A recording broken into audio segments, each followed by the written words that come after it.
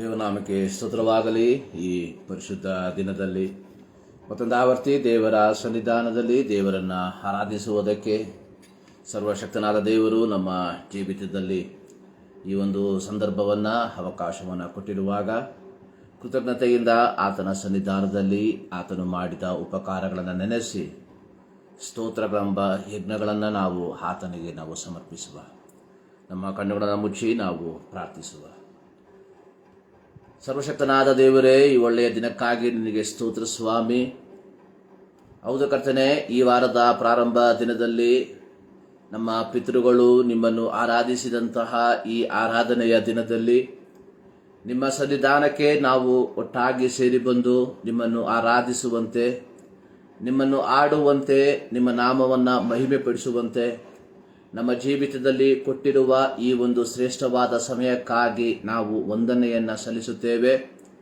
ಈ ಮುಂಜಾನೆಯಲ್ಲಿ ಮತ್ತೊಂದು ಆವರ್ತಿ ಕರ್ತನೆ, ಕಳೆದ ಒಂದು ವಾರ ನಮ್ಮ ಜೀವಿತದಲ್ಲಿ ಮಾಡಿರುವಂತಹ ನಿನ್ನ ಎಲ್ಲ ಪ್ರೀತಿಗಳಿಗಾಗಿ, ನಿನ್ನ ಎಲ್ಲ ಕರುಣೆಗಳಿಗಾಗಿ ನಾವು ಸ್ತೋತ್ರವನ್ನು ಸಲ್ಲಿಸುತ್ತಾ, ಈ ಮುಂಜಾನೆಯಲ್ಲಿ ಎಲ್ಲ ದೇವಭಕ್ತರೇ ಬಂದು ಕೇಳಿರಿ, ಆತನು ನನಗಾಗಿ ಮಾಡಿದ್ದನ್ನು ತಿಳಿಸುವೆನು ಎಂಬುದಾಗಿ ನಿನ್ನ ವಾಕ್ಯದಲ್ಲಿ ನೋಡುವ ಪ್ರಕಾರ ನೀವು ಮಾಡಿರುವಂಥ ಉಪಕಾರಗಳನ್ನು ಸಭಾ ಮಧ್ಯದಲ್ಲಿ ಕರ್ತನೆ ಅದನ್ನು ಹೇಳಿ ನಿಮ್ಮನ್ನು ಸ್ತುತಿಸುವಂತೆ ನಮ್ಮ ಜೀವಿತದಲ್ಲಿ ಕೊಟ್ಟಿರುವ ಈ ಸಂದರ್ಭಕ್ಕಾಗಿ ಸ್ತೋತ್ರ.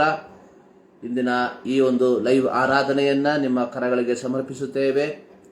ವಿವಿಧ ಸ್ಥಳಗಳಲ್ಲಿ ಕರ್ತನೆ ಈ ಒಂದು ಆರಾಧನೆಗೆ ಪಾಲುಗಾರರಾಗುವಂಥವರಿಗಾಗಿ ನಾವು ಪ್ರಾರ್ಥಿಸ್ತಾ ಇದ್ದೇವೆ. ಈ ಮುಂಜಾನೆಯಲ್ಲಿ ಪ್ರತಿಯೊಬ್ಬರನ್ನ ಹೆಸರಾಗಿ ನೀನು ಆಶೀರ್ವದಿಸು. ನಮ್ಮನ್ನು ಸಂಪೂರ್ಣವಾಗಿ ನಿಮ್ಮ ಕರಗಳಿಗೆ ಒಪ್ಪಿಸಿಕೊಡುತ್ತಾ ಇದ್ದೇವೆ. ಆಡುವಂಥ ಹಾಡುಗಳು, ಧ್ಯಾನಿಸುವಂಥ ದೇವರ ವಾಕ್ಯ ಎಲ್ಲದರ ಮೂಲಕ ದೇವರ ನಾಮ ಮಹಿಮೆ ಹೊಂದುವಂತೆ ಕೃಪೆ ಮಾಡು. ಪ್ರಾರ್ಥನೆ ಕೇಳಿದ್ದಕ್ಕಾಗಿ ಸ್ತೋತ್ರ. ಯೇಸು ಕ್ರಿಸ್ತನ ಬುದ್ಧ ನಾಮದಲ್ಲಿ ಬೇಡುತ್ತೇವೆ ನಮ್ಮ ಪ್ರೀತಿಯ ತಂದೆಯೇ, ಆಮೆನ್. ಮತ್ತೊಂದಾವರ್ತಿ ಎಲ್ಲರಿಗೂ ಯೇಸು ಕ್ರಿಸ್ತನ ನಾಮದಲ್ಲಿ ನಮ್ಮ ವಂದನೆಯನ್ನು ತಿಳಿಸುವಂಥವರಾಗಿದ್ದೇವೆ. ಈ 2023 ಮೇ ತಿಂಗಳಿನ 14ನೇ ದಿನದ ಈ 2ನೇ ಭಾನುವಾರ ದೇವರ ಸನ್ನಿಧಾನದಲ್ಲಿ ದೇವರನ್ನು ಆರಾಧಿಸುವುದಕ್ಕೆ ನಾವು ಸೇರಿ ಬಂದಿದ್ದೇವೆ. ದೇವರು ಮಾಡಿರುವಂತಹ ಎಲ್ಲ ಉಪಕಾರಗಳಿಗೆ ನಾವು ಕೃತಜ್ಞತೆಯಿಂದ ಆತನ ಸನ್ನಿಧಾನದಲ್ಲಿ ನಾವು ಆತನಿಗೆ ಆರಾಧನೆಯನ್ನು ಸಲ್ಲಿಸುವುದಕ್ಕೆ ನಾವು ಬಾಧ್ಯಸ್ಥರಾಗಿದ್ದೇವೆ. ದೇವರ ವಾಕ್ಯವನ್ನು ನಾವು ನೋಡುವಂತಹ ಸಂದರ್ಭಗಳಲ್ಲಿ 103ನೇ ಕೀರ್ತನೆ ಅದರ 22ನೇ ವಾಕ್ಯದಲ್ಲಿ ಈ ರೀತಿ ಬರೆಯಲ್ಪಟ್ಟಿದೆ: ಆತನ ರಾಜ್ಯದ ಸರ್ವ ಸ್ಥಳಗಳಲ್ಲಿರುವ ಎಲ್ಲ ಸೃಷ್ಟಿಗಳೇ, ಯೆಹೋವನನ್ನು ಕೊಂಡಾಡಿರಿ, ನನ್ನ ಮನವೇ ಯೆಹೋವನನ್ನು ಕೊಂಡಾಡು. ಇದು ದಾವೀದನು ರಚಿಸಿದಂತಹ ಒಂದು ಕೀರ್ತನೆ. ಪ್ರಾರಂಭದಲ್ಲಿ ದಾವೀದನು ನನ್ನ ಮನವೇ ಯೆಹೋವನನ್ನು ಕೊಂಡಾಡು, ನನ್ನ ಸರ್ವೇಂದ್ರಿಯಗಳೇ ಆತನ ಪವಿತ್ರ ನಾಮವನ್ನು ಕೀರ್ತಿಸಿರಿ, ನನ್ನ ಮನವೇ ಯೆಹೋವನನ್ನು ಕೊಂಡಾಡು, ಆತನ ಉಪಕಾರಗಳಲ್ಲಿ ಒಂದನ್ನು ಮರೆಯಬೇಡ ಎಂದು ಹೇಳುವಂಥದ್ದನ್ನು ನೋಡುತ್ತೇವೆ.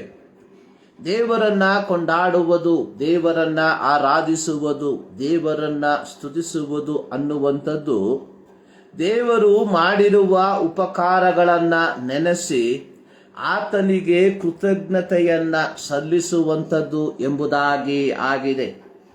ಇಲ್ಲಿ ದಾವೀದನು ಹೇಳಿರುವಂಥದ್ದು, ಆತನ ಉಪಕಾರಗಳಲ್ಲಿ ಒಂದನ್ನು ಮರೆಯಬೇಡ. ಕಳೆದ ವಾರವನ್ನ ನಾವು ಹಿಂತಿರುಗಿ ನೋಡುವಾಗ ನಮ್ಮ ವೈಯಕ್ತಿಕ ಜೀವಿತದಲ್ಲಿ, ನಮ್ಮ ಕೌಟುಂಬಿಕ ಜೀವಿತದಲ್ಲಿ, ನಮ್ಮ ಪ್ರತಿಯೊಂದು ಕಾರ್ಯಗಳಲ್ಲಿ, ನಮ್ಮ ಕೆಲಸಗಳಲ್ಲಿ, ನಾವು ಮಾಡುವಂತಹ ವ್ಯವಹಾರಗಳಲ್ಲಿ ಅನೇಕ ಉಪಕಾರಗಳನ್ನು ನಾವು ದೇವರಿಂದ ಪಡೆದುಕೊಂಡಿದ್ದೇವೆ. ದೇವರ ವಾಕ್ಯದಲ್ಲಿ ನಾವು ನೋಡುವಂಥದ್ದು, ಪ್ರಲಾಪಗಳ ಪುಸ್ತಕದಲ್ಲಿ ನಾವು ಉಳಿದಿರುವಂಥದ್ದೇ ಯೆಹೋವನ ಕೃಪೆ ಎಂಬುದಾಗಿ.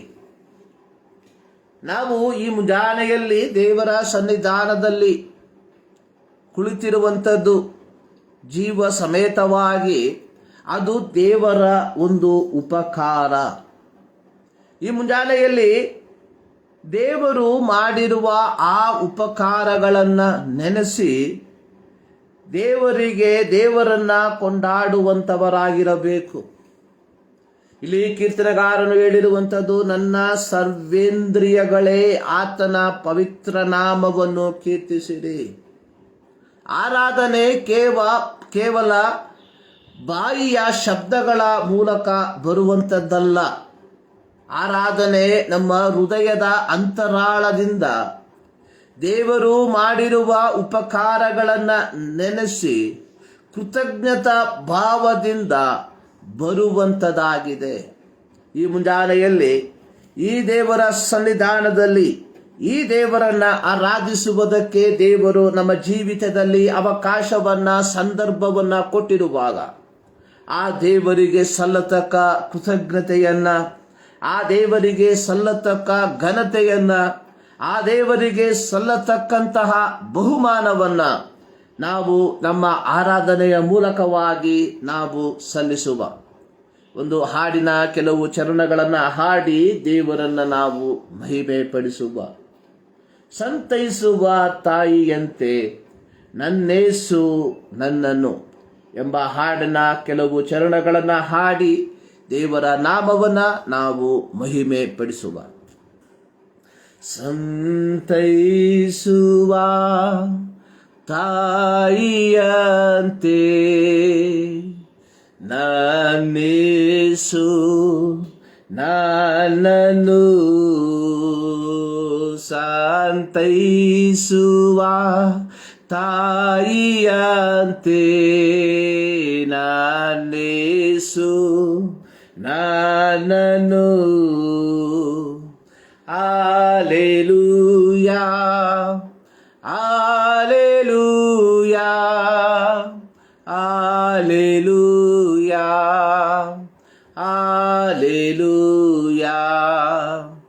Alleluia, Alleluia, Alleluia, Alleluia. ಒರಗಿಸುವ ಎದೆಯಲ್ಲಿ ಮನೋಭಾರವ ನೀಗುವ, ಒರಗಿಸುವ ಎದೆಯಲ್ಲಿ ಮನೋಭಾರವ ನೀಗುವ, ಸಂತೈಸುವ ತಾಯಿಯಂತೆ ನನ್ನೇಸು ನನ್ನನ್ನು, ಸಂತೈಸುವ ತಾಯಿಯಂತೆ ನನ್ನೇಸು ನನ್ನನ್ನು. ಕರ ಹಿಡಿದು ನಡೆಸುವ ಕಣ್ಮಣಿಯಂತೆ ಕಾಯುವ, ಕರ ಹಿಡಿದು ನಡೆಸುವ ಕಣ್ಮಣಿಯಂತೆ ಕಾಯುವ,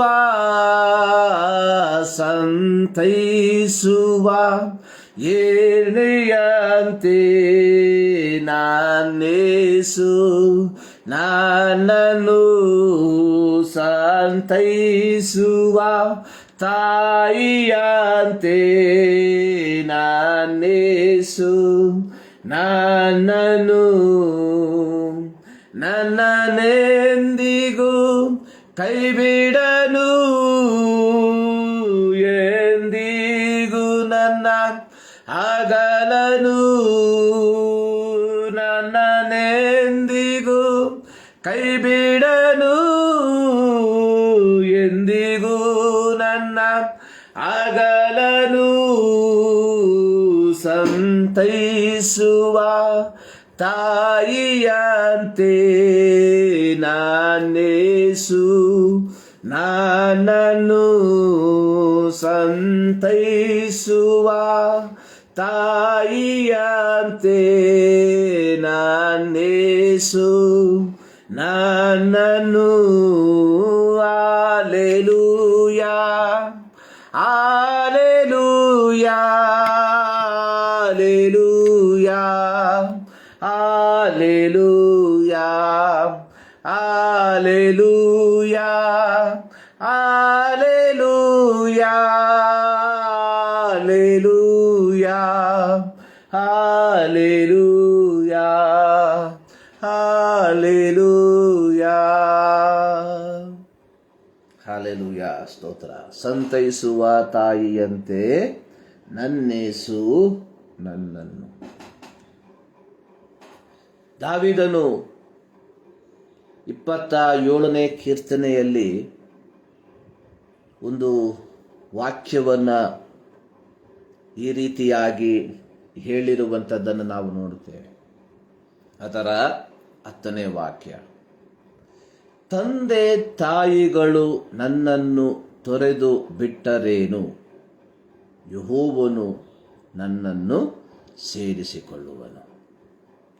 ಇದು ನಾವು ಆಡಿದ ಹಾಡಿನಲ್ಲಿ ಹಾಡುಗಾರನು ಹಾಡಿರುವಂಥದ್ದು, ಸಂತೈಸುವ ತಾಯಿಯಂತೆ ನನ್ನೇಸು ನನ್ನನ್ನು ಸಂತೈಸುವನು ಎಂಬುದಾಗಿ. ಈ ಮುಂಜಾನೆಯಲ್ಲಿ ದೇವರ ಸನ್ನಿಧಾನದಲ್ಲಿ ದೇವರನ್ನು ಆರಾಧಿಸುವುದಕ್ಕೆ ಸೇರಿ ಬಂದಿರುವ ನಮ್ಮೆಲ್ಲರ ಜೀವಿತದಲ್ಲಿ ದೇವರ ಈ ಸಂತೈಸುವಿಕೆಯನ್ನು, ದೇವರ ಈ ಒಂದು ಪ್ರೀತಿಯ ಅಪ್ಪುಗೆಯನ್ನು ನಾವೆಲ್ಲರೂ ಅನುಭವಿಸಿರುವಂಥವರಾಗಿದ್ದೇವೆ. ಈ ಮುಂಜಾನೆಯಲ್ಲಿ ಆ ದೇವರ ಸನ್ನಿಧಾನದಲ್ಲಿ ಆತನನ್ನು ಆರಾಧಿಸಿ ಆತನನ್ನು ನಾವು ಮಹಿಮೆ ಪಡಿಸುವ ಈ ದಿನದ ಒಂದು ಪ್ರತ್ಯೇಕತೆ ಅನ್ನುವಂಥದ್ದು, ಇಂದು ಅಂತಾರಾಷ್ಟ್ರೀಯ ತಾಯಿಯಂದಿರ ದಿನ ಅಥವಾ ಇಂಟರ್ನ್ಯಾಷನಲ್ ಮದರ್ಸ್ ಡೇ ಎಂಬ ಒಂದು ದಿನವನ್ನು ಆಚರಿಸುವಂಥದ್ದನ್ನು ನಾವು ನೋಡುತ್ತೇವೆ. ಈ ಒಂದು ದಿನದ ಪ್ರತ್ಯೇಕತೆ ಅನ್ನುವಂಥದ್ದು, ಪ್ರತಿಯೊಬ್ಬರು ತಾಯಿಯಂದಿರ ಮೌಲ್ಯವನ್ನು ಅರ್ಥ ಮಾಡಿಕೊಂಡು ಅವರಿಗೆ ಸಲ್ಲತಕ್ಕಂತಹ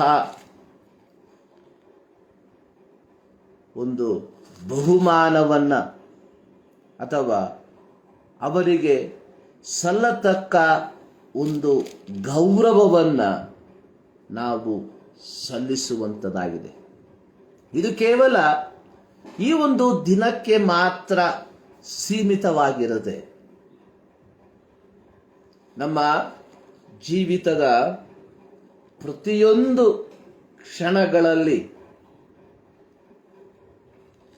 ತಾಯಿಯಂದಿರನ್ನು ನಾವು ಸನ್ಮಾನಿಸುವಂಥವರಾಗಿರಬೇಕು. ಒಂದು ಮಾತು ಈ ರೀತಿ ಬರೆದಿರುವಂಥದ್ದನ್ನು ನಾನು ಓದಿದ್ದೇನೆ. ಅನೇಕರು ನಮ್ಮ ಜೀವಿತದಲ್ಲಿ ಬಂದು ಹೋಗುವಂಥವರಾಗಿದ್ದಾರೆ.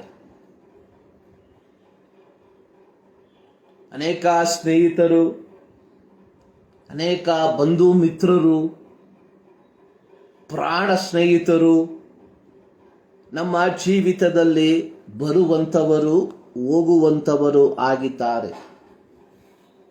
ಆದರೆ ನಮ್ಮ ಜೀವಿತದ ಪ್ರತಿಯೊಂದು ಕ್ಷಣಗಳಲ್ಲಿ, ನಮ್ಮ ಜೀವಿತದ ಪ್ರತಿಯೊಂದು ಹಾದು ಹೋಗುಗಳಲ್ಲಿ ನಮ್ಮ ಸಂಗಡ ಇರುವಂಥದ್ದು ನಮ್ಮ ತಂದೆ ತಾಯಿಗಳು.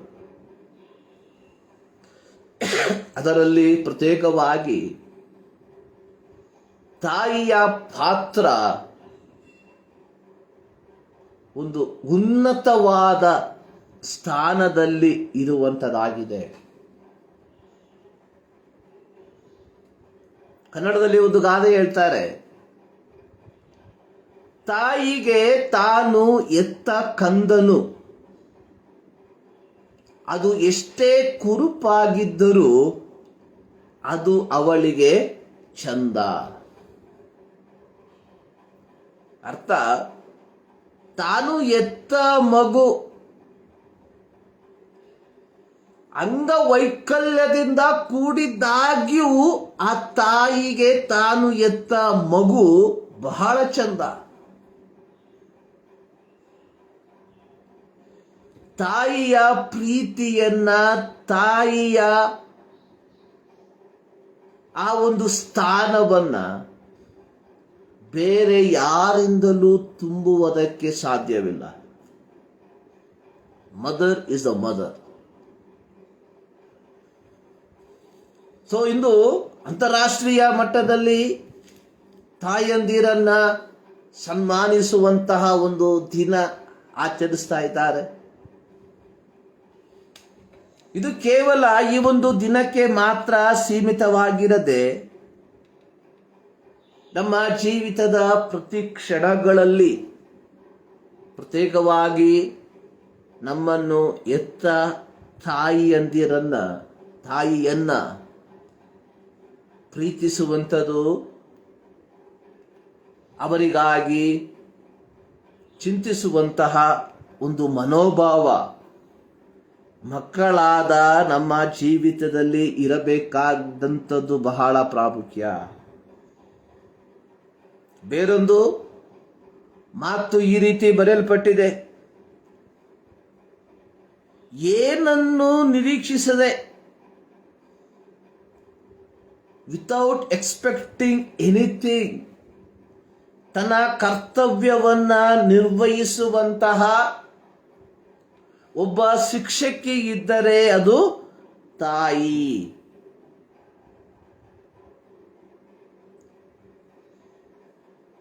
ನಾನು ಸಾಕುವಂತಹ ಮಗ ಅಥವಾ ಮಗಳು ನಾನು ವೃದ್ಧಾಪ್ಯಕ್ಕೆ ಕಾಲಿಡುವಾಗ ನನ್ನನ್ನು ನೋಡಿಕೊಳ್ಳುತ್ತಾಳೋ ಎಂಬುದನ್ನ ಚಿಂತಿಸದೆ,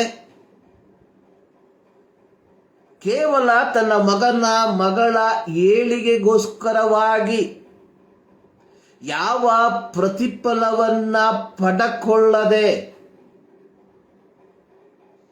ಯಾವ ಸಂಬಳವನ್ನ ತೆಗೆದುಕೊಳ್ಳದೆ ಸಾಕುವಂತಹ ಒಬ್ಬ ವ್ಯಕ್ತಿ ಇದ್ದರೆ ಅದು ತಾಯಿ ಮಾತ್ರ.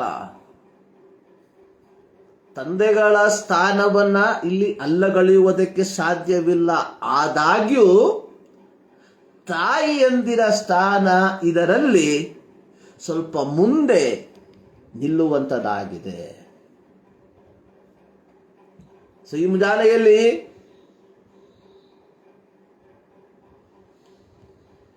ಲೆಟ್ ಅಸ್ ಟರ್ನ್, ತಿರುಗಿ ನೋಡೋಣ, ಯಾವ ರೀತಿಯಾಗಿ ನಾವು ನಮ್ಮ ತಾಯಂದಿರನ್ನ ಪ್ರೀತಿಸ್ತಾ ಇದ್ದೇವೆ. ಪ್ರತ್ಯೇಕವಾಗಿ ಮದುವೆಯಾದ ಮೇಲೆ ಪ್ರತ್ಯೇಕವಾಗಿ ಗಂಡು ಮಕ್ಕಳು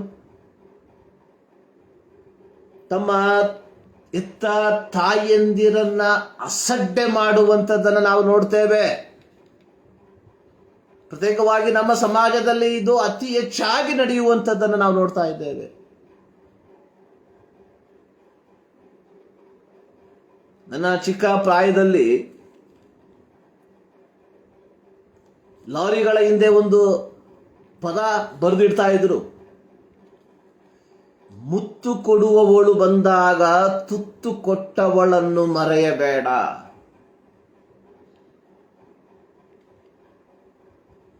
ನಮ್ಮ ದೇಶದಲ್ಲಿ ಇವತ್ತು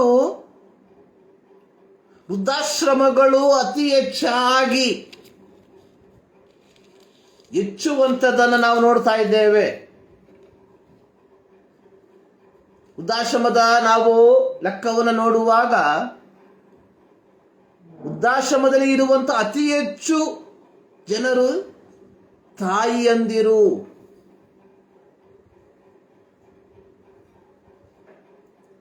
ಕೆಲವು ವರ್ಷಗಳ ಹಿಂದೆ ನಾವು ಒಂದು ನ್ಯೂಸ್ ಅನ್ನು ನೋಡಿದ್ವಿ. ಒಬ್ಬ ಮಗ ತನ್ನ ತಾಯಿಯನ್ನ ಕರ್ಕೊಂಡು ಬಂದು ಬಸ್ ಸ್ಟ್ಯಾಂಡ್ ಅಲ್ಲಿ ಬಿಟ್ಟು ಈಗ ಬರ್ತೇನೆ ಎಂಬುದಾಗಿ ಹೋಗಿ 3 ದಿನವಾದರೂ ಬರಲಿಲ್ಲ. ಇಂಥ ಒಂದು ಪ್ರಪಂಚದಲ್ಲಿ ನಾವು ಜೀವಿಸ್ತಾ ಇದ್ದೇವೆ.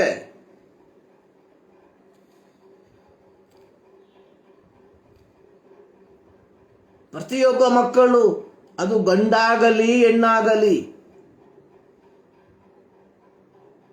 ನಿಮ್ಮ ಬಾಲ್ಯ ಪ್ರಾಯದಿಂದ ನಿಮ್ಮ ಪ್ರೌಢಾವಸ್ಥೆಯ ತನಕ ನಿಮ್ಮನ್ನು ಸಾಕಿ ಸಲಹಿದ ತಾಯಿಯಂದಿರನ್ನ ನೀವು ಮರೆಯಬೇಡಿರಿ.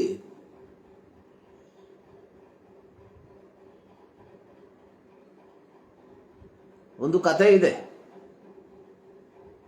ಒಮ್ಮೆ ಒಬ್ಬ ತಂದೆ ತನ್ನ ತಾಯಿಯನ್ನ ತನ್ನ ಮನೆಯಿಂದ ಆಚೆಗೆ ತಳ್ಳುದ. ಮೊದಲ ಮೇನ್ ಡೋರಿಂದ ಆಚೆಗೆ ತಳ್ಳುಬಿಟ್ಟು ಕದ ಹಾಕದ. ವರ್ಷಗಳು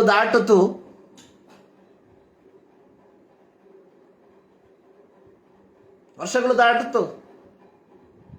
ತನ್ನ ತಾಯಿಯನ್ನು ಹೊರ ಹಾಕಿದಂತ ಮಹಾ ಪ್ರಾಯಾವಸ್ಥೆ ಅವನು ಮುದುಕನಾದ. ಒಂದು ದಿನ ಈ ಮಗ ಅಥವಾ ಈ ತಾಯಿಯ ಮೊಮ್ಮಗ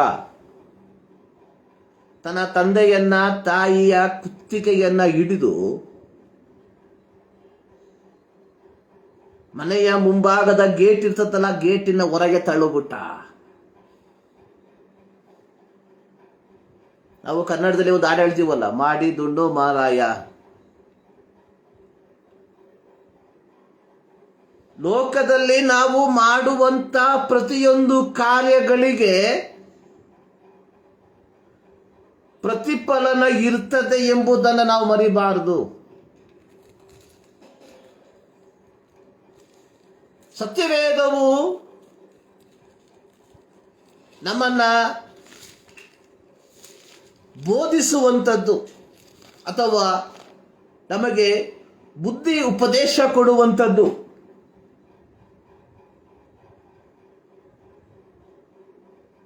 ಇಸ್ರಾಯೇಲ್ ಜನರಿಗೆ ಸರ್ವಶಕ್ತನಾದ ದೇವರು ಅವರು ಪಾಲಿಸಲೇಬೇಕಾಗಿರುವಂತಹ 10 ದಶಾಜ್ಞೆಗಳನ್ನು ಕೊಡುವಾಗ ಅದರಲ್ಲಿ ವಾಗ್ದಾನ ಸಹಿತವಾಗಿ ಕೊಟ್ಟಂತಹ ಒಂದು ಆಜ್ಞೆ ಅನ್ನುವಂಥದ್ದು, ನಿನ್ನ ತಂದೆ ತಾಯಿಗಳನ್ನು ಸನ್ಮಾನಿಸಬೇಕು. Honour your father and mother. So ಹೀಗೆ ನೀವು ಸನ್ಮಾನಿಸಿದರೆ ನಿಮ್ಮ ದೇವರಾದ ಯೆಹೋವನು ನಿಮಗೆ ಅನುಗ್ರಹಿಸುವ ದೇಶದಲ್ಲಿ ನೀವು ಬಹುಕಾಲ ಬದುಕುವಿರಿ.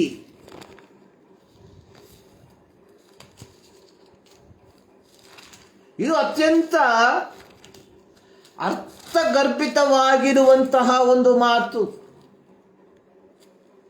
ಅಪೊಸ್ತಲನಾದ ಪೌಲನು ಎಫೆಸದಲ್ಲಿರುವಂತಹ ವಿಶ್ವಾಸಿಗಳಿಗೆ ಪತ್ರಿಕೆಯನ್ನ ಬರೆಯುವಾಗ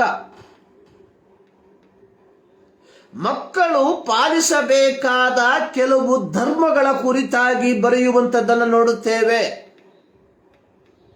ಎಫೆಸ ಪತ್ರಿಕೆ 6ನೇ ಅಧ್ಯಾಯ 1ರಿಂದ 3 ವಾಕ್ಯಗಳಲ್ಲಿ ಪೌಲನು ಹೇಳುವಂಥದ್ದು, ಮಕ್ಕಳೇ, ನೀವು ಕರ್ತನಲ್ಲಿರುವವರಿಗೆ ತಕ್ಕ ಹಾಗೆ ನಿಮ್ಮ ತಂದೆ ತಾಯಿಗಳ ಮಾತನ್ನು ಕೇಳಬೇಕು, ಇದು ಧರ್ಮ.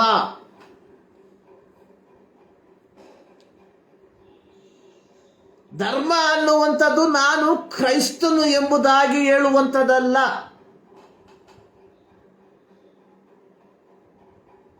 ಧರ್ಮ ಅನ್ನುವಂಥದ್ದು ನೀವು ನಿಮ್ಮ ತಂದೆ ತಾಯಿಗಳ ಮಾತನ್ನ ಕೇಳುವಂಥದ್ದು.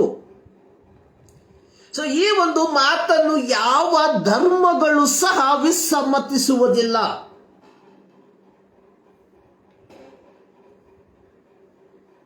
ಅದರ 2ನೇ ವಾಕ್ಯದಲ್ಲಿ ಪೌಲನು ಹೇಳುವಂಥದ್ದು, ವಾಗ್ದಾನ ಸಹಿತವಾದ ಮೊದಲನೆಯ ಆಜ್ಞೆಯನ್ನ ಕೇಳಿರಿ. ಸೊ ವಿಮೋಚನಾ ಕಾಂಡದಲ್ಲಿ ನಾವು ನೋಡ್ತೇವೆ, ದೇವರು ಇಸ್ರಾಯೇಲ್ ಮಕ್ಕಳಿಗೆ ಆಜ್ಞೆಯನ್ನ ಕೊಡುವಂಥದ್ದು, ನಾನಲ್ಲದೆ ನಿಮಗೆ ಬೇರೆ ದೇವರುಗಳು ಇರಬಾರ್ದು. ಸೊ ನಾನಲ್ಲದೆ ಬೇರೆ ದೇವರುಗಳು ಇರಬಾರ್ದು ಎಂಬುದಾಗಿ ಹೇಳಿ ಅಲ್ಲಿ ಯಾವುದೇ ವಾಗ್ದಾನವನ್ನು ಕೊಡಲಿಲ್ಲ. ಇರಬಾರ್ದು ಅಷ್ಟೇ, ಮುಗಿತಲ್ಲಿಗೆ. ಯಾವ ಮೂರ್ತಿಗಳನ್ನು ಮಾಡಿಕೊಳ್ಬಾರ್ದು ಅಷ್ಟೇ. ನಿಮ್ಮ ದೇವರಾದ ಯೆಹೋವನ ಹೆಸರನ್ನ ಅಯೋಗ್ಯ ಕಾರ್ಯಕ್ಕಾಗಿ ಎತ್ತಬಾರ್ದು ಅಷ್ಟೇ. ಸಬ್ಬತ್ ದಿನವನ್ನು ಆಚರಣೆ ಮಾಡಬೇಕು ಅಷ್ಟೇ. ನಂತರವಾಗಿ ಈ 5 ಆಜ್ಞೆಗಳನ್ನ ಹೇಳಿದ ನಂತರವಾಗಿ 6ನೇ ಆಜ್ಞೆಗಳಲ್ಲಿ ಹೇಳುವಂಥದ್ದು, ನಿನ್ನ ತಂದೆ ತಾಯಿಗಳನ್ನು ಸನ್ಮಾನಿಸಬೇಕು. ಸನ್ಮಾನಿಸಿದರೆ ನಿನ್ನ ದೇವರಾದ ಯೆಹೋವನು ನಿನಗೆ ಅನುಗ್ರಹಿಸುವ ದೇಶದಲ್ಲಿ ನೀನು ಬಹುಕಾಲ ಬದುಕುವಿ.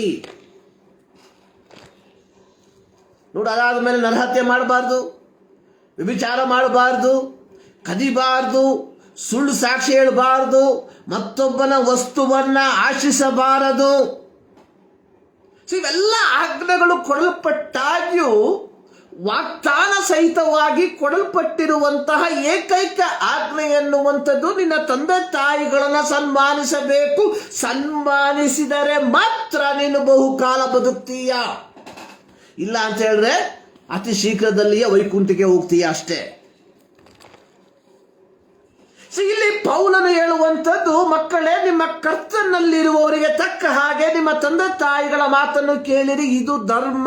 ವಾಗ್ದಾನ ಸಹಿತವಾದ ಮೊದಲನೇ ಆಜ್ಞೆ, ನಿನ್ನ ತಂದೆ ತಾಯಿಗಳ ಮಾತನ್ನು ತಂದೆ ತಾಯಿಗಳನ್ನು ಸನ್ಮಾನಿಸಬೇಕು. ಸನ್ಮಾನಿಸಿದರೆ ನಿನಗೆ ಮೇಲಾಗುವುದು, ನೀನು ಭೂಮಿಯ ಮೇಲೆ ಬಹುಕಾಲ ಬದುಕುವಿ. ಕ್ರೈಸ್ತರಾದ ನಾವುಗಳು ಕೇವಲ ಮೇ ತಿಂಗಳ 14ನೇ ತಾರೀಕಿನಂದು ನಮ್ಮ ತಾಯಿಗಳೊಂದಿಗೆ ಒಂದು ಸೆಲ್ಫಿಯನ್ನು ತೆಗೆದುಕೊಂಡು ಫೇಸ್ಬುಕ್ ಅಲ್ಲಿ ಅಪ್ಲೋಡ್ ಮಾಡಿ, ವಾಟ್ಸಪ್ ಅಲ್ಲಿ ಅಪ್ಲೋಡ್ ಮಾಡಿ ಹ್ಯಾಪಿ ಮದರ್ಸ್ ಡೇ ಎಂಬುದಾಗಿ ಹೇಳುವಂಥದ್ದಲ್ಲ. ಸತ್ಯವೇದದಲ್ಲಿ ಬರೆಯಲ್ಪಟ್ಟಿರುವ ಆಶೀರ್ವಾದಗಳು ದೇವರ ಮಕ್ಕಳಾದ ಕ್ರೈಸ್ತರಾದ ನಿಮ್ಮ ಜೀವಿತದಲ್ಲಿ, ನನ್ನ ಜೀವಿತದಲ್ಲಿ ಅದನ್ನು ನಾನು ಹೊಂದಿಕೊಳ್ಳಬೇಕಾದರೆ ನಾನು ಮಾಡಬೇಕಾಗಿರುವಂಥದ್ದು ತಂದೆ ತಾಯಿಗಳನ್ನು ಸನ್ಮಾನಿಸುವಂಥದ್ದು.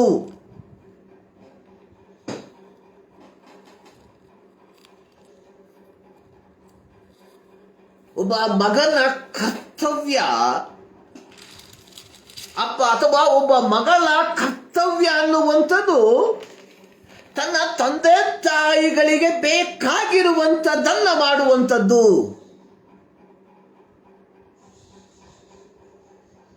ಅದಕ್ಕೆ ಅತ್ಯುತ್ತಮವಾದ ಉದಾಹರಣೆ ನಮ್ಮ ಕರ್ತನಾದ ಯೇಸು ಕ್ರಿಸ್ತನು ತಾನೆ.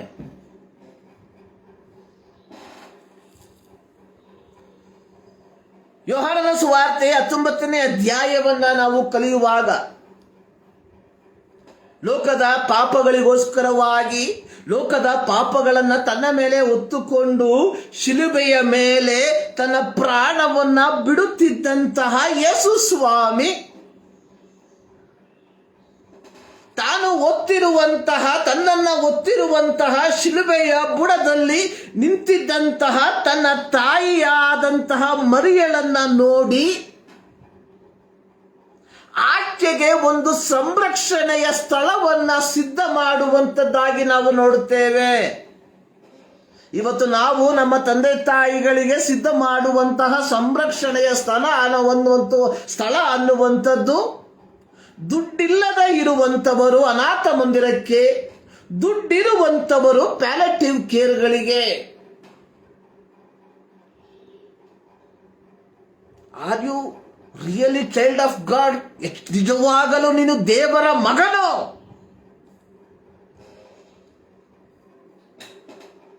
ಇಲ್ಲಿ ನೋಡಿ,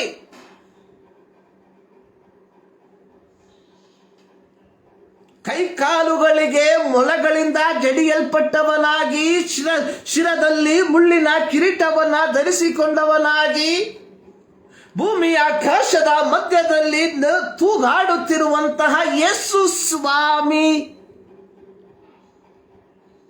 ತನಗೆ ಜನ್ಮ ಕೊಟ್ಟಂತಹ ತಾಯಿ ಆ ಶಿಲುಬೆಯ ಬುಡದಲ್ಲಿ ನಿಂತಿರುವುದನ್ನು ಕಂಡಾಗ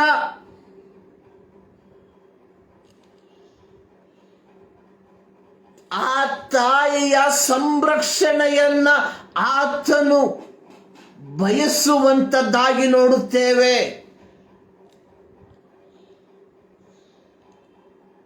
ಅದರ 26ನೇ ವಾಕ್ಯದಲ್ಲಿ ನೋಡುತ್ತೇವೆ, ಯೇಸು ತನ್ನ ತಾಯಿಯನ್ನು ಹತ್ತಿರದಲ್ಲಿ ನಿಂತಿದ್ದ ತನ್ನ ಪ್ರೀತಿಯ ಶಿಷ್ಯನನ್ನು ನೋಡಿ ತಾಯಿಗೆ, ಅಮ್ಮ, ಇಗೋ ನಿನ್ನ ಮಗನು ಎಂದು ಹೇಳಿದನು.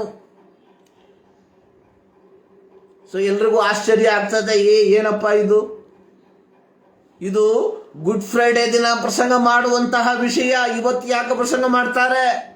ತಲೆಗಿಲೆ ಕೆಟ್ಟಿದೀಯ ಈ ಮನುಷ್ಯನಿಗೆ? ಇದು ಅವತ್ತು ಮಾತ್ರ ಹೇಳ್ಬೇಕು, ಬೇರೆ ದಿನ ಮಾತಾಡಲೇಬಾರ್ದು ಈ ವಿಚಾರವನ್ನ. ಬೇರೆ ದಿನ ಆಶೀರ್ವಾದ ಬಗ್ಗೆ ಮಾತ್ರ ಮಾತಾಡಬೇಕು, ತಂದೆ ತಾಯಿಗಳ ಬಗ್ಗೆ ಮಾತನಾಡಬೇಕಾಗಿರುವಂಥದ್ದು ಆ ದಿನ ಮಾತ್ರ, ಗುಡ್ ಫ್ರೈಡೆ ದಿನ ಮಾತ್ರ. ಯೇಸು ಸ್ವಾಮಿ ಅವತ್ತು ಮಾತ್ರ ಹೇಳಿರುವಂಥ ವಿಚಾರ ಇದು, ಅದು ಅವತ್ತಿಗೆ ಮಾತ್ರ ಸಂಬಂಧಪಟ್ಟಿರುವಂಥದ್ದು.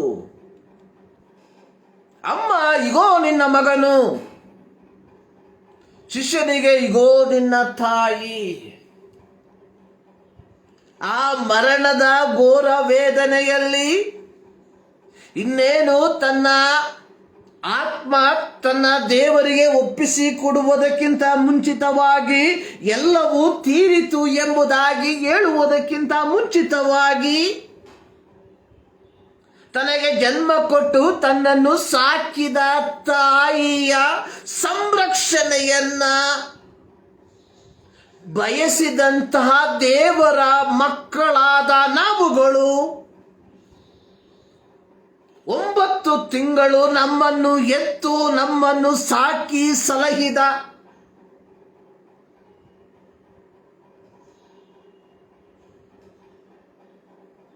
ಒಂದು ಕತೆ ಈ ರೀತಿ ಇದೆ. ತಾಯಿ ತಾನು ಹಸಿದಿದ್ದರು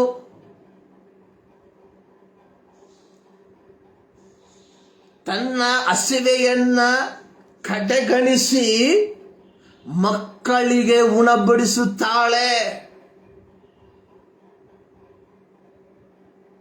ತಾಯಿ ತನಗೆ ಅತಿ ಪ್ರಿಯವಾಗಿರುವಂತಹ ಆಹಾರವನ್ನ ಸಿದ್ಧ ಮಾಡಿರುವಾಗ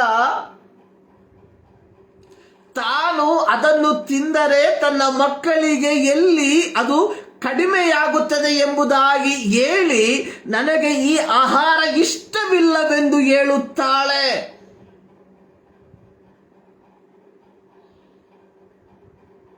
ತನ್ನ ಮಗಳು ಬೆಚ್ಚಗೆನ ಹಾಸಿಗೆಯಲ್ಲಿ ಮಲಗಬೇಕೆಂಬುದಾಗಿ ಚಿಂತಿಸಿ ಆಕೆ ನೆಲದಲ್ಲಿ ಮಲಗುತ್ತಾಳೆ.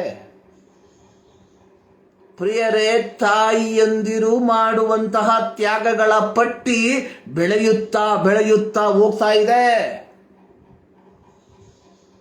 ಅದಕ್ಕೆ ಪ್ರತಿಫಲವಾಗಿ ನಾವುಗಳು ಮಾಡುತ್ತಿರುವಂತದ್ದಾದರೂ ಏನು?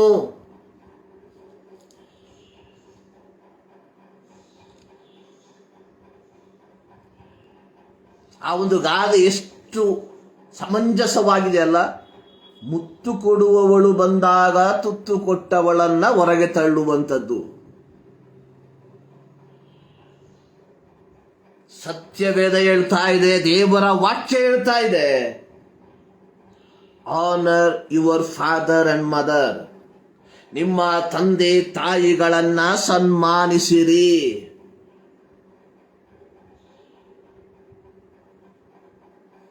ಅನೇಕ ವರ್ಷಗಳ ಹಿಂದೆ ಒಬ್ಬರು ನನಗೆ ಹೇಳಿದ್ರು,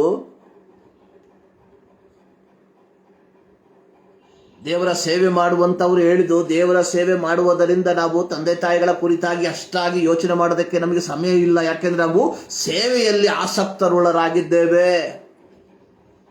ಸ್ಟಾಪ್ ಇಟ್. ಮೊದಲು ನಿಮ್ಮ ತಂದೆ ತಾಯಿಗಳ ಸಂರಕ್ಷಣೆಯನ್ನು ನೀವು ಮಾಡ್ರಿ. ನಿಮ್ಮ ತಂದೆ ತಾಯಿಗಳಿಗೆ ಬೇಕಾದಂತ ಸೇವೆಯನ್ನ ಮಾಡ್ರಿ.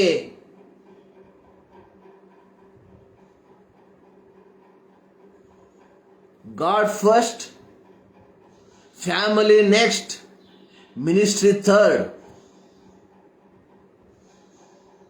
ಕೆಲವರು ದೇವರು ಸೇವೆ ಆಮೇಲೆ ಕುಟುಂಬ. No, rubbish. ದೇವರು ಪ್ರಥಮ ಸ್ಥಾನ. 2 ಕುಟುಂಬ. ದೇವರು ಕುಟುಂಬವನ್ನ ಸೃಷ್ಟಿ ಮಾಡ್ದ. ಆದಿಯಲ್ಲಿ ದೇವರು ಸೇವೆಯನ್ನು ಸೃಷ್ಟಿ ಮಾಡಲಿಲ್ಲ. ಆದಿಯಲ್ಲಿ ದೇವರು ಕುಟುಂಬವನ್ನು ಉಂಟು ಮಾಡ್ದ. ಸೊ ಈ ಕುಟುಂಬದ ಶ್ರೇಷ್ಠತೆಯನ್ನ, ಕುಟುಂಬದ ಮಹಿಮೆಯನ್ನ ಅರಿತುಕೊಂಡಿದ್ದಂತಹ ಯೆಹೋಶುವನು ಹೇಳುವಂಥದ್ದು, ನಾನು ನನ್ನ ಕುಟುಂಬವು ಯೆಹೋವನನ್ನ ಸೇವಿಸ್ತೇವೆ.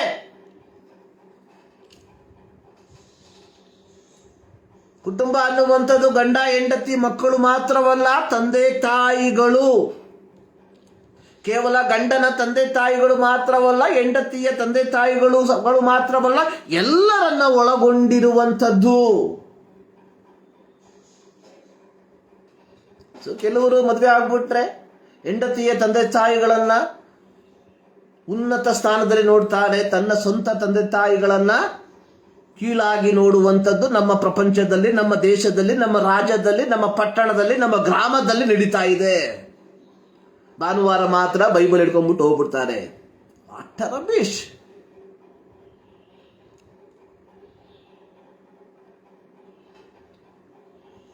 V must come back.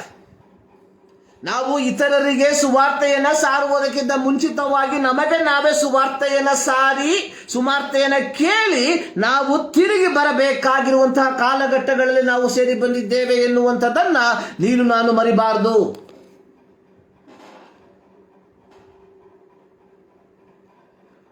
ಜ್ಞಾನಿಗಳಲ್ಲಿ ಜ್ಞಾನಿಯಾದಂತಹ ಸೊಲೊಮೋನನು ಜ್ಞಾನೋಕ್ತಿಗಳ ಪುಸ್ತಕದಲ್ಲಿ 23ನೇ ಅಧ್ಯಾಯದ 22ನೇ ವಾಕ್ಯದಲ್ಲಿ ಬರೆದಿರುವಂಥದ್ದು, ಎತ್ತ ತಂದೆಯ ಮಾತಿಗೆ ಕಿವಿಗೊಡು, ಮುಪ್ಪಿನಲ್ಲಿಯೂ ತಾಯಿಯನ್ನು ಅಸಡ್ಡೆ ಮಾಡಬೇಡ. ಮುಪ್ಪಿನಲ್ಲಿಯೂ ತಾಯಿಯನ್ನು ಅಸಡ್ಡೆ ಮಾಡಬೇಡ. ಇವತ್ತು ನಮ್ಮ ಯುವ ಸಮೂಹಕ್ಕೆ ತಂದೆ ತಾಯಿ ಅನ್ನುವಂಥದ್ದು ಒಂದು ಬರ್ಡನ್ ಆಗಿ ಮಾರ್ಪಟ್ಟಿದೆ. It is extra burden.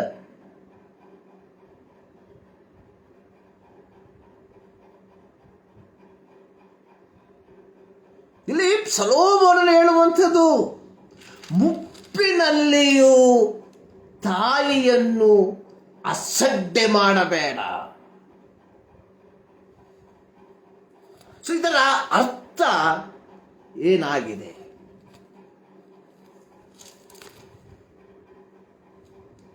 ಪ್ರಿಯರೇ,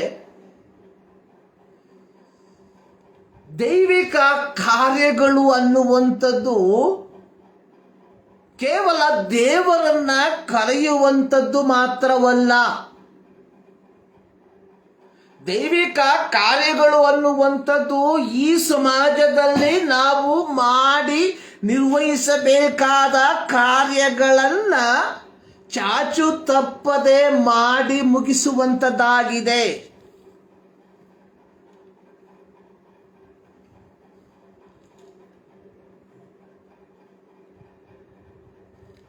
ಸತ್ಯವೇದದಲ್ಲಿ ಅನೇಕ ವಾಕ್ಯ ಭಾಗಗಳನ್ನು ನಾವು ತಾಯಿಯಂದಿರ ವಿಷಯಗಳಲ್ಲಿ ನೋಡಬಹುದಾಗಿದೆ. ಆದರೆ ಎಲ್ಲವನ್ನ ನೋಡುವುದಕ್ಕೆ, ಎಲ್ಲವನ್ನ ಧ್ಯಾನ ಮಾಡುವುದಕ್ಕೆ ನಮ್ಮಲ್ಲಿ ಸಮಯವು ಅಭಾವವಾಗಿದೆ. ನಾವು ಗ್ರಹಿಸಬೇಕಾದಂತಹ ಒಂದು ಸತ್ಯ,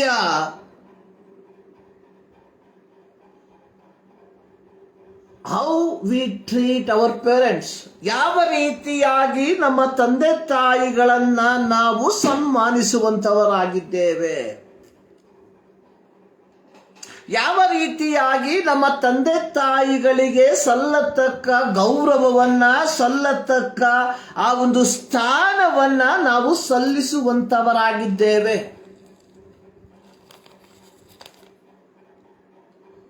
ಈಗಿನ ಜನ ಸಮೂಹ ಅಥವಾ ಈಗಿನ ಯುವ ಸಮೂಹ ಹೇಳುವಂಥದ್ದು, ದೇ ಆರ್ ಔಟ್ ಡೇಟೆಡ್, ಅವಧಿಯನ್ನ ಮೀರಿದಂಥವರು. ಯಾವುದೇ ಒಂದು ವಸ್ತುವನ್ನು ನಾವು ತೆಗೆದುಕೊಳ್ಳುವುದಾದರೆ ಅದಕ್ಕೆ ಒಂದು ಸಮಯದ ನಿಗದಿ ಇಟ್ಟಿದ್ದಾರೆ. 5 ವರ್ಷ ಗ್ಯಾರಂಟಿ, 10 ವರ್ಷ ಗ್ಯಾರಂಟಿ. ತದನಂತರವಾಗಿ ಔಟ್ಡೇಟೆಡ್.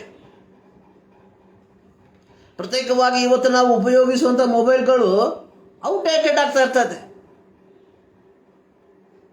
ಹೊಸ ಹೊಸ ಮಾಡೆಲ್ಗಳು, ಹೊಸ ಹೊಸ ಅಪ್ಡೇಟ್ಗಳು ಬರ್ತಾ ಇದ್ದಂಗೆ ನಾವು ಹಳೆಯ ಮೊಬೈಲ್ಗಳನ್ನು ಏನು ಮಾಡ್ತೇವೆ, ನಾವು ಹೊರಗಾಕ್ತೇವೆ.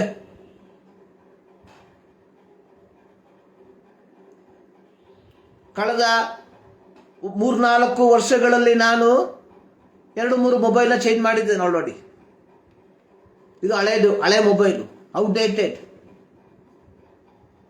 ಇವತ್ತು ಅನೇಕರು ತಮ್ಮ ತಂದೆ ತಾಯಿಗಳನ್ನ ನೋಡುವಂಥದ್ದು ಔಟ್ಡೇಟೆಡ್.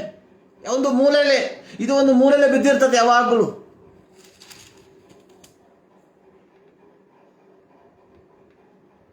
ಆದರೆ ತಂದೆಗಳ ದಿನಾಚರಣೆಯ, ತಾಯಿಯ ದಿನಾಚರಣೆಯ ದಿನ ಒಂದು ಸೆಲ್ಫಿಯನ್ನು ತೆಗೆದು ನಾವು ಪೋಸ್ಟ್ ಮಾಡಿ ಆಚರಣೆಯನ್ನು ಮಾಡ್ತೇವೆ. ಕೇವಲ ತಂದೆ ತಾಯಿಯ ದಿನದ ಆಚರಣೆ ಕೇವಲ ಒಂದು ಪರ್ಟಿಕ್ಯುಲರ್ ದಿನಕ್ಕೆ ಮಾತ್ರ ಸೀಮಿತವಾಗದೆ, ಸತ್ಯವೇದದ ಪ್ರಕಾರ ನೀವು ಭೂಮಿಯಲ್ಲಿ ಬಹುಕಾಲ ಬದುಕಿ ಬಾಳಬೇಕಾದರೆ ನೀವೇನು ಮಾಡಬೇಕು? ನಿಮ್ಮ ತಂದೆ ತಾಯಿಗಳ ಮಾತನ್ನು ನೀವು ಕೇಳಬೇಕು. ಅಪೊಸ್ತಲನಾದ ಪೌಲನು ಒಬ್ಬ ತಾಯಿಯ ಕುರಿತಾಗಿ ಹೇಳಿರುವಂಥದ್ದನ್ನು ನಾವು 2 ತಿಮೋಥಿ 1ನೇ ಅಧ್ಯಾಯ 5ನೇ ವಾಕ್ಯದಲ್ಲಿ ನೋಡುತ್ತೇವೆ. ಇಲ್ಲಿ ಪೌಲನು ತಿಮೋಥಿಯನ ಕುರಿತಾಗಿ ಬರೆಯುವಂಥದ್ದು, ನಿನ್ನಲ್ಲಿರುವ ನಿಷ್ಕಪಟವಾದ ನಂಬಿಕೆಯು ನನ್ನ ನೆನಪಿಗೆ ಬಂತು. ಆ ನಂಬಿಕೆಯು ನಿನ್ನ ಅಜ್ಜಿಯಾದ ಲೂವಿಯಲ್ಲಿಯೂ ನಿನ್ನ ತಾಯಿಯಾದ ಯೂನಿಕೆಯಲ್ಲಿಯೂ ವಾಸವಾಗಿತ್ತು. ನಿನ್ನಲ್ಲಿಯೂ ವಾಸವಾಗಿದೆ ಎಂದು ದೃಢವಾಗಿ ನಂಬಿದ್ದೇನೆ.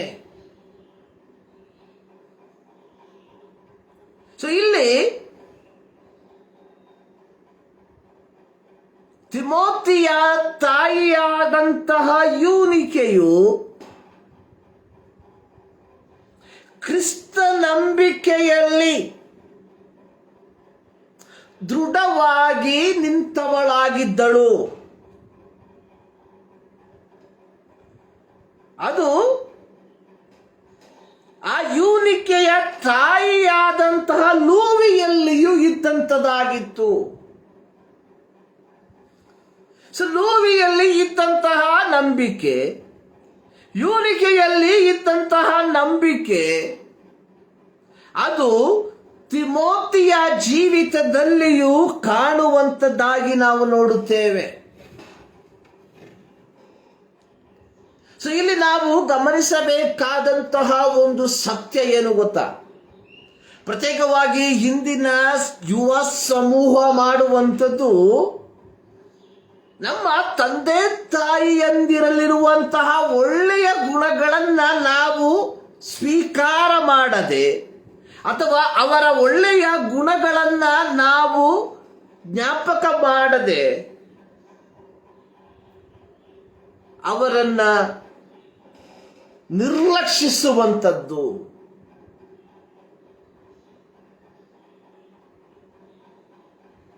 ಪ್ರಿಯರೇ, ಈ ಅಂತಾರಾಷ್ಟ್ರೀಯ ತಾಯಿಯಂದಿರ ದಿನಾಚರಣೆಯ ಈ ದಿನದಲ್ಲಿ ಯಾವುದೇ ಫೇಸ್ಬುಕ್ ಪೋಸ್ಟ್ಗಳಲ್ಲಿ ನೋಡ್ರಿ, ಅತಿ ಹೆಚ್ಚು ಪೋಸ್ಟ್ಗಳನ್ನು ಮಾಡುವಂಥವರು ಕ್ರೈಸ್ತರು ಮಾತ್ರ, ಬೇರೆ ಯಾರು ಬಾಕಿ ಎಲ್ಲ ತುಂಬ ಕಡಿಮೆ. We pretending that we love them.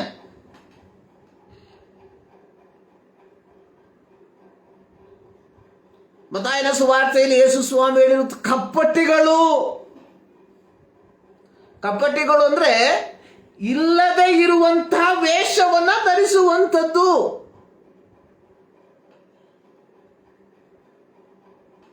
V pretending.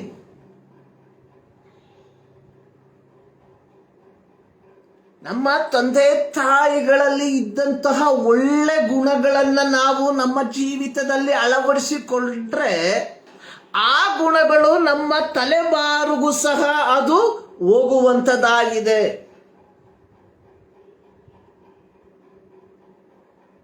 ತಿಮೋತಿಯ ಅಜ್ಜಿಯಾದಂತಹ ಲೂವಿ ನಂಬಿಕೆಯಲ್ಲಿ ದೃಢವಾಗಿ ನಿಂತವಳಾಗಿದ್ದಳು. ಅದು ಆಕೆಯ ಮಗಳಾದ ಯೂನಿಕೆಯಲ್ಲಿಯೂ ಬಂದು ವಾಸ ಮಾಡಿತು. ತದನಂತರವಾಗಿ ಅದು ಯೂನಿಕೆಯ ಮಗನಾದ ತಿಮೋತಿಯಲ್ಲಿಯೂ ಇರುವಂಥದನ್ನ ಪೌಲನು ಮನಗಂಡನು. ತಿಮೋತಿ ಹೇಳ್ತಾ ಇಲ್ಲ, ಪೌಲ ಮನಗಂಡ ನಿನ್ನ ಅಜ್ಜಿಯಾದಂತಹ ಲೂವಿಯಲ್ಲಿ, ನಿನ್ನ ತಾಯಿಯಾದ ಯೂನಿಕೆಯಲ್ಲಿ ಇದ್ದಂತಹ ನಿಷ್ಕಪಟವಾದ ನಂಬಿಕೆ ನಿನ್ನಲ್ಲಿಯೂ ವಾಸವಾಗಿದೆ ಎಂಬುವಂಥದ್ದನ್ನ. ಪ್ರಿಯರೇ, ನಮ್ಮ ತಂದೆ ತಾಯಿಗಳು ನಮಗೆ ಅನೇಕ ಮಾದರಿಯನ್ನ ಬಿಟ್ಟು ಹೋಗಿರುವಾಗ, ಕ್ರೈಸ್ತ ಜೀವಿತದ ಮಾದರಿ, ನಂಬಿಕೆಯ ಮಾದರಿ, ಪ್ರಾರ್ಥನೆಯ ಮಾದರಿ, ಪರ ಸಹಾಯದ ಮಾದರಿ, ಅತಿಥಿ ಸತ್ಕಾರದ ಮಾದರಿ, ಹೀಗೆ ಪಟ್ಟಿಗಳು ಬೆಳೆಯುತ್ತಾ ಹೋಗ್ತದೆ. ಇಷ್ಟೆಲ್ಲ ಮಾದರಿಗಳನ್ನ ನಮಗೆ ಕೊಟ್ಟು ಹೋಗಿರುವಾಗ, ಇಂದಿನ ತಂತ್ರಜ್ಞಾನವು ನಮಗೆ ಕಲಿಸದೇ ಇರುವಂತಹ ಅನೇಕ ಸತ್ಯಗಳನ್ನ ನಮ್ಮ ತಂದೆ ತಾಯಿಗಳು ತಮ್ಮ ಅನುಭವದ ಮೂಲಕ ನಮಗೆ ಕೊಟ್ಟು ಹೋಗಿರುವಾಗ, ಅವುಗಳನ್ನ ನಾವು ನಮ್ಮ ಜೀವಿತದಲ್ಲಿ ಅಳವಡಿಸಿಕೊಂಡಿದ್ದೇವಾ? ಇದು ಒಂದು ಪ್ರಶ್ನೆಯಾಗಿದೆ.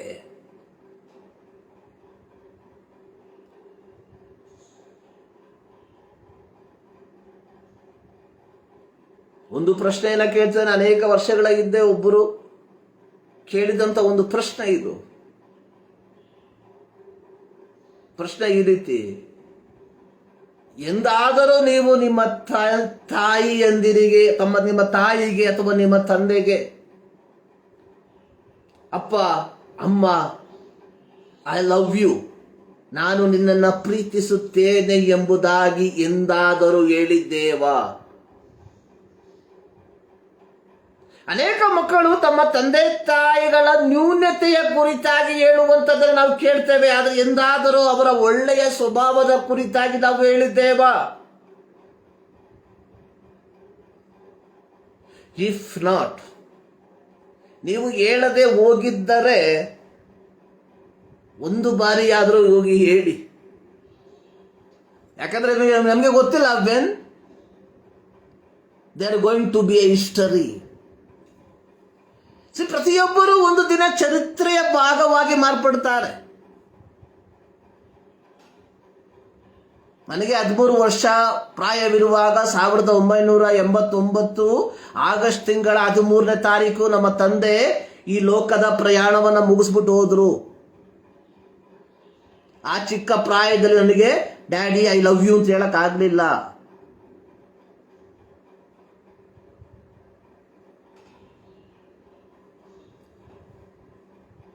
ನನಗನ್ಸುತ್ತೆ 2019 ಇದೇ ಮೇ ತಿಂಗಳ 31ನೇ ತಾರೀಕು ನಮ್ಮ ತಾಯಿ ಲೋಕವನ್ನು ಬಿಟ್ಟು ಅಗಲಿ ಹೋದ್ರು.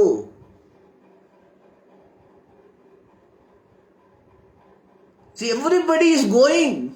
One or other day they will go, they will pass away from us. ನಮ್ಮಿಂದ ದೂರ ಹೋಗ್ಬಿಡ್ತಾರೆ. ತದನಂತರವಾಗಿ ಅವರ ಫೋಟೋವನ್ನ ಪ್ರೀತಿ ಮಾಡದೆ ಕೇವಲ ಅವರ ಫೋಟೋವನ್ನ ಹಾಕುವುದರಿಂದ ಯಾವ ಪ್ರಯೋಜನವೂ ಇಲ್ಲ. ಇಫ್ ದೇ ಆರ್ ಅಲೈವ್, ಅವರು ಬದುಕಿದ್ದರೆ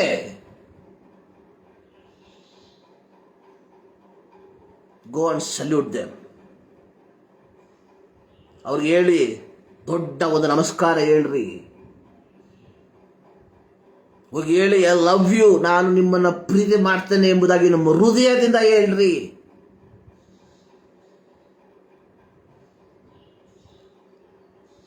ಈ ಒಂದು ದಿನಾಚರಣೆಯಲ್ಲಿ ಒಂದು ಸೀರೆಯನ್ನ, ಒಂದು ಗುಲಾಬಿ ಹೂವನ್ನ ಉಡುಗೊರೆಯಾಗಿ ಕೊಡುವುದಕ್ಕಿಂತ ಬಿಗಿಲಾಗಿ ಅವರ ಬಳಿಯಲ್ಲಿ ಅಲ್ಪ ನಿಮಿಷ ಸಮಯವನ್ನ ಕಳೆಯುವಂಥದ್ದು ಶ್ರೇಷ್ಠವಾಗಿರ್ತದೆ. That is what they are expecting. ಇಂದು ಅನೇಕರು ಒಳ್ಳೆ ಶತಮಾನ ಜನ ಆರ್ಥಿಕವಾಗಿ ಸದೃಢರಾಗಿದ್ದಾರೆ. ಆದರೆ ಅನೇಕರು ತಮಗೆ ಲಭಿಸುವಂತಹ ವರಮಾನವನ್ನ ವ್ಯರ್ಥವಾಗಿ ಕಳೆಯುವುದರಿಂದ ಅವರು ಬಡತನ ರೇಖೆಯಲ್ಲಿ ಇದ್ದಾರೆ ಅಷ್ಟೇ. ಅನೇಕರು ಆರ್ಥಿಕವಾಗಿ ಇನ್ನು ಯಾವುದೇ ಕೆಲಸಕ್ಕೆ ಹೋದ್ರೂ ಒಂದು ದಿನ ಕೂಲಿ ಅನ್ನುವಂಥದ್ದು 800, 900, 1000 ರೂಪಾಯಿ. 1000 ರೂಪಾಯಿ ಲೆಕ್ಕ ಮಾಡಿದ್ರೆ 30,000 ರೂಪಾಯಿ. ಅದರಲ್ಲಿ 4 ಭಾನುವಾರ ಹೋದ್ರೇನು 26,000 ರೂಪಾಯಿ ಸಂಬಳ ಬರ್ತತೆ. ಆರ್ಥಿಕವಾಗಿ ಎಲ್ಲರೂ ಒಂದು ತಕ್ಕ ಮಟ್ಟಿಗೆ, ಯಾವುದೇ ಅಂಗವೈಕಲ್ಯ ಇಲ್ಲದೆ ಇರುವಂತಹ ವ್ಯಕ್ತಿಗಳು ಹೊರತುಪಡಿಸಿ ಬಾಕಿ ಎಲ್ಲರೂ ಆರ್ಥಿಕವಾಗಿ ತಕ್ಕ ಮಟ್ಟಿಗೆ ಸದೃಢರಾಗಿದ್ದಾರೆ.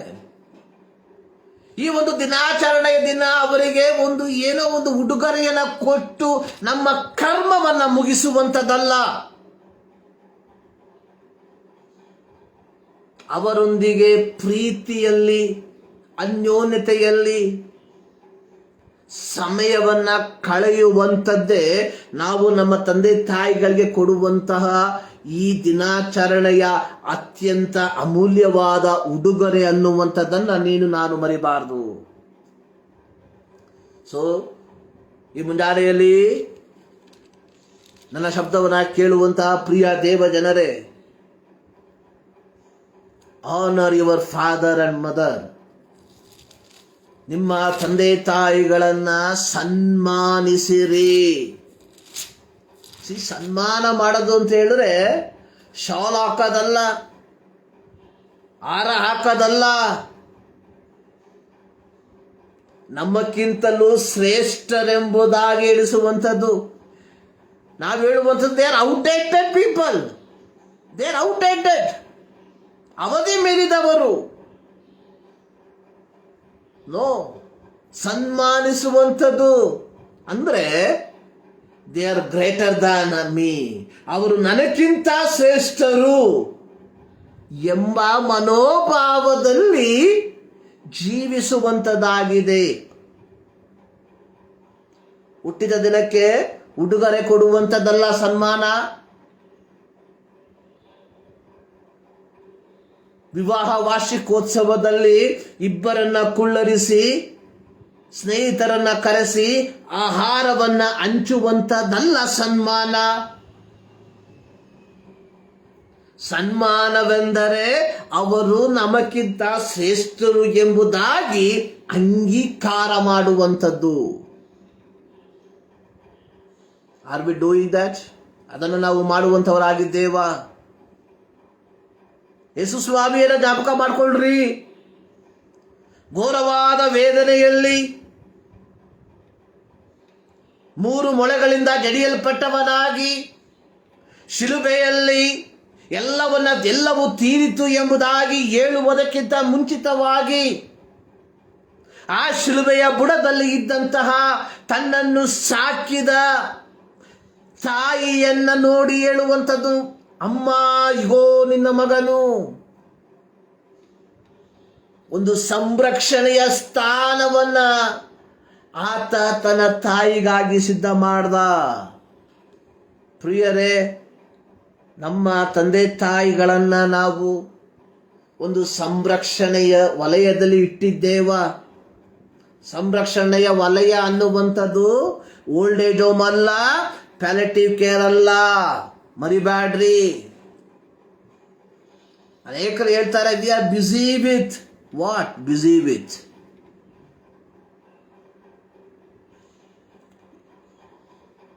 ನಾವು ಇವತ್ತು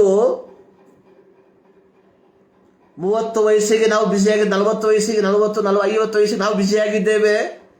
ನಮ್ಮ ಮಕ್ಕಳು 20ನೇ ವಯಸ್ಸಿಗೆ ಬ್ಯುಸಿಯಾಗ್ಬಿಡ್ತಾರೆ. ಮಾಡಿದುಣ್ಣೋ ಮಾರಾಯ ಎಂಬ ಹಾಡನ್ನ ಮರಿಬ್ಯಾಡ್ರಿ. ಏನನ್ನ ಬಿತ್ತುತ್ತೀವೋ ಅದನ್ನೇ ನಾವು ಕೊಯ್ತೇವೆ. ಎಷ್ಟು ಕಾಣಿಕೆ ಕೊಟ್ರೇನು, ಎಷ್ಟು ಆರಾಧನೆಗೆ ಹೋದ್ರೇನು, ಬಿತ್ತಿದೆಯೇನೋ ಅದನ್ನ ಕೊಯ್ಯುವಂಥದ್ರಲ್ಲಿ ಯಾವ ಸಂಶಯವಿಲ್ಲ ಎಂಬುದನ್ನು ಕ್ರೈಸ್ತರಾದ ನಾವುಗಳು ಅರ್ಥ ಮಾಡಿಕೊಳ್ಬೇಕು. ಅನೇಕರು ಹೇಳುವಂಥದ್ದನ್ನ ಕೇಳುತ್ತೇವೆ, ಪ್ರತ್ಯೇಕವಾಗಿ ಸೇವಕರು ಸೇವೆಗೆ ಕೊಟ್ಬಿಡಿ, ಕೊಟ್ರಿ ಅವರು ಹಣವಂತರಾಗ್ತಾರಷ್ಟೇ, ಪ್ರತಿಫಲ ನಿಮಗೇನು ಸಿಕ್ಕೋದಿಲ್ಲ. First honour your father and mother. ಮೊದಲು ನಿಮ್ಮ ತಂದೆ ತಾಯಿಗಳನ್ನ ಸನ್ಮಾನಿಸಿರಿ, ಅವರ ಸಂರಕ್ಷಣೆಗೆ ಬೇಕಾದದ್ದನ್ನು ಮಾಡಿರಿ. ಗಾಡ್ ಫಸ್ಟ್, ಫ್ಯಾಮಿಲಿ ನೆಕ್ಸ್ಟ್, ಸೇವೆ ಥರ್ಡ್. ಯೋಶುವ ಹೇಳ್ತಾ ಇದ್ದಾರೆ, as for me and my family we will serve God. ನಾನು ನನ್ನ ಕುಟುಂಬ, ಮೊದಲು ಕುಟುಂಬ, ಆಮೇಲೆ ದೇವರ ಸೇವೆ ಮಾಡ್ತೀವಿ ನಾವು. That is what god wants. ಅದೇ ದೇವರು ಬಯಸುವಂಥದ್ದು. ಈ ಮುಂಜಾನೆಯಲ್ಲಿ ಸರ್ವಶಕ್ತನಾದ ದೇವರು ನಿಮ್ಮೆಲ್ಲರನ್ನ ಧಾರಾಳವಾಗಿ ಆಶೀರ್ವದಿಸಲಿ. ಪ್ರಾರ್ಥನೆ ಮಾಡೋಣ. ಭೂಮಿ ಆಕಾಶವನ್ನು ಉಂಟು ಮಾಡಿರುವ ನಮ್ಮ ಪ್ರೀತಿಯ ತಂದೆಯಾದ ದೇವರೇ, ಮತ್ತು ನಾವರ್ತಿ ನಿಮ್ಮ ಸನ್ನಿಧಾನಕ್ಕೆ ಸರಿ ಬರ್ತಾ ಇದ್ದೇವೆ. ಈ ಮುಂಜಾನೆಯಲ್ಲಿ ಕರ್ತನೆ ಅಲ್ಪ ನಿಮಿಷ ನಿಮ್ಮ ವಾಕ್ಯವನ್ನು ಧ್ಯಾನ ಮಾಡುವಂತೆ ಕೃಪೆ ಮಾಡಿದ್ದಕ್ಕಾಗಿ ಸ್ತೋತ್ರ. ಹೌದು ಕರ್ತನೆ, ನಿಮ್ಮ ತಂದೆ ತಾಯಿಗಳನ್ನ ಸನ್ಮಾನಿಸಿರಿ ಎಂಬ ಆ ಒಂದು ಆಜ್ಞೆ, ಅದು ವಾಗ್ದಾನ ಸಹಿತವಾದ ಆಜ್ಞೆಯಾಗಿ ನಮಗೆ ಕೊಟ್ಟಿದ್ದಕ್ಕಾಗಿ ನಿಮಗೆ ಸ್ತೋತ್ರ ಸ್ವಾಮಿ. ಈ ಮುಂಜಾನೆಯಲ್ಲಿ ಮತ್ತೊಂದು ಆವರ್ತಿ ಕರ್ತನೆ, ಪ್ರತ್ಯೇಕವಾಗಿ ಎಲ್ಲ ತಾಯಿಯಂದರಿಗಾಗಿ ನಾವು ಪ್ರಾರ್ಥನೆ ಮಾಡ್ತಾ ಇದ್ದೇನೆ. ಈ ಮುಂಜಾನೆಯಲ್ಲಿ ಅವರನ್ನು ಆಶೀರ್ವದಿಸು, ಅವ್ರಿಗೆ ಬೇಕಾಗಿರುವಂತ ಆಯುಸ್ಸನ್ನ, ಆರೋಗ್ಯವನ್ನ ಕೊಡು.